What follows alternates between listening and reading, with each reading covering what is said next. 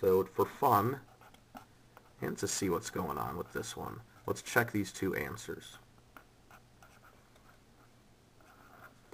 And what's behind the fact that we get two solutions is because of this x squared. For example, negative 3 and positive 3 both squared equal positive 9. So we could, from one number, see that maybe there are two different numbers that in a squaring situation could both take us to what we're after. That's why we end up with two solutions, because of that x squared. So let's check the x equals negative 3. Plugging that in for each x. Here's the x squared plus 7x plus 12 equals 0. When I'm substituting these numbers in, or substituting any time really, I always like to do it inside parentheses. This is a great example of why. We've got negative 3 to the second power, and this must equal a positive 9.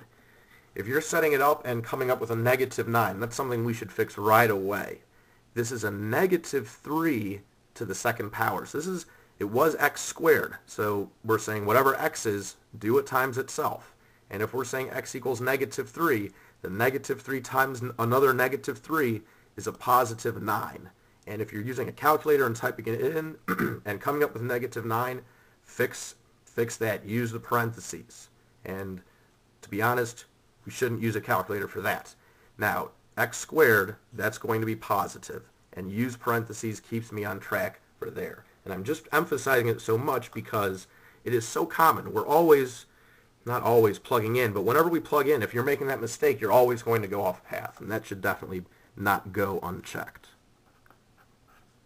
Wow, that was a little bit of a rant. All right. So there's my negative 3 to the second power, of course, positive 9. 7 times negative 3, negative 21. And there's the plus 12. And my approach for plugging in is just keeping these terms separate. They're separated by the add, so I can evaluate them individually and just add them all together for my last step, which is what I'm about to do.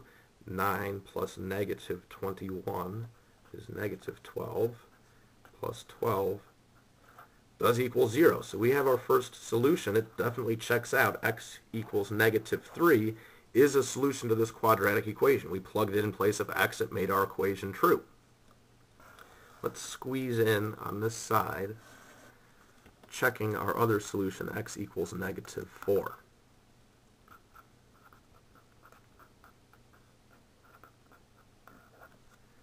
All right.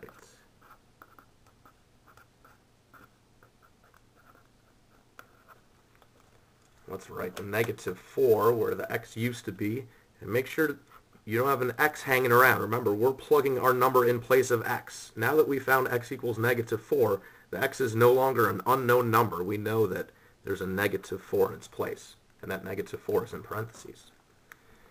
Negative 4 to the second power, positive 16. 7 times negative 4 is a negative 28, and plus 12 should equal 0, and it will, otherwise I wouldn't be taping it. Okay, so we've got it checked out. We worked out the left side, it equaled 0, matches up with the 0 we have on the right side. So both of our solutions checked. But you need to get in the habit of spotting the x squared, and when you spot that x squared, you definitely can have an expectation to come up with two solutions. Most of the time you will. We'll see an example where you won't, but even in that example we'll have a way of showing that there kind of still are two solutions. So quadratic equations, we're thinking two solutions, and with this method solved by factoring, we can see where the two solutions come from.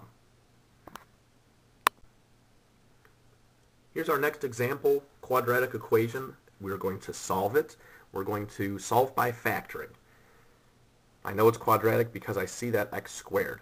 Now in standard form, we know that we have all of our terms on one side of the equation with equals to 0. And once we have all those terms collected on one side and we have them in descending order, then we try to factor them. So I know that once I get these three terms together, I'm going to need to try to factor them. And I see a negative x squared. Now it's not a big deal, but it just, I'm not comfortable factoring with a negative x squared. I much prefer a positive x squared to really know that my answers are solid when I do the factoring. So instead of thinking about adding 6 to both sides to get my terms collected on the left side, I can say, oh, a negative x squared, if I want that to be positive, I'll add x squared to both sides, cancel it off of that left side, and it shows up on the right side as a positive. So if we're flipping signs, we just toss it to the other side of the equation. Now I did something a little bit out of character right here. I've got a negative 6, and right under it I put my plus x squared. You need to be careful when you move terms from one side to the other about combining the like terms and not combining not like terms. So the negative 6 with this x squared, I'm not even trying to put them together. They're not like terms, so I bring down the positive x squared, bring down that minus 6. Did not combine terms, okay? The negative 6, just a number. Here we've got an x squared. There's no sort of combining we can do with those, so I have them separate terms. What I would really like to do, and I'll show it with this one, to get rid of this negative x, move it to the right side, we'll do an add x. I could do two things.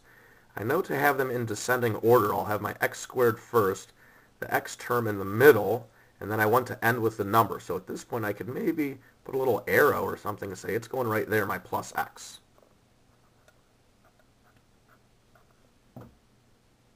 So I'm not going to, when I come down here, think about combining it with terms that I shouldn't. When I said add x, because I want it to show up over here, I even said it should be in descending order. X squared first, in the middle your term with x, and last the constant, the number by itself. So cancel off the left side. There's our 0. On the right side, x squared plus x minus 6. It's in the standard form. It's time for us to think about factoring this trinomial. 3 terms, coefficient, leading coefficient is 1. So it's, what's that pair of numbers? Multiplied together will equal negative 6.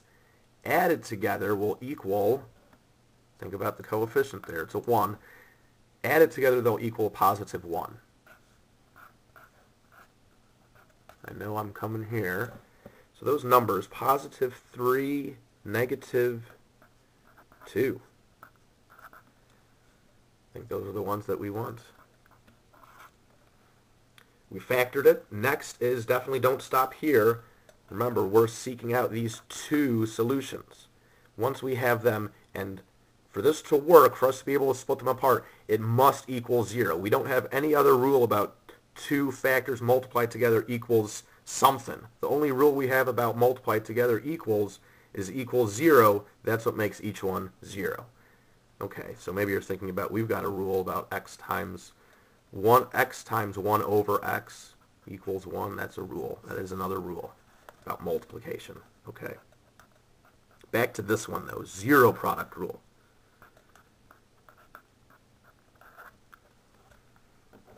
There are our 2 linear equations. I'm getting worked up because I know we've got a lot of work to do here with these quadratics, and we're going to do it.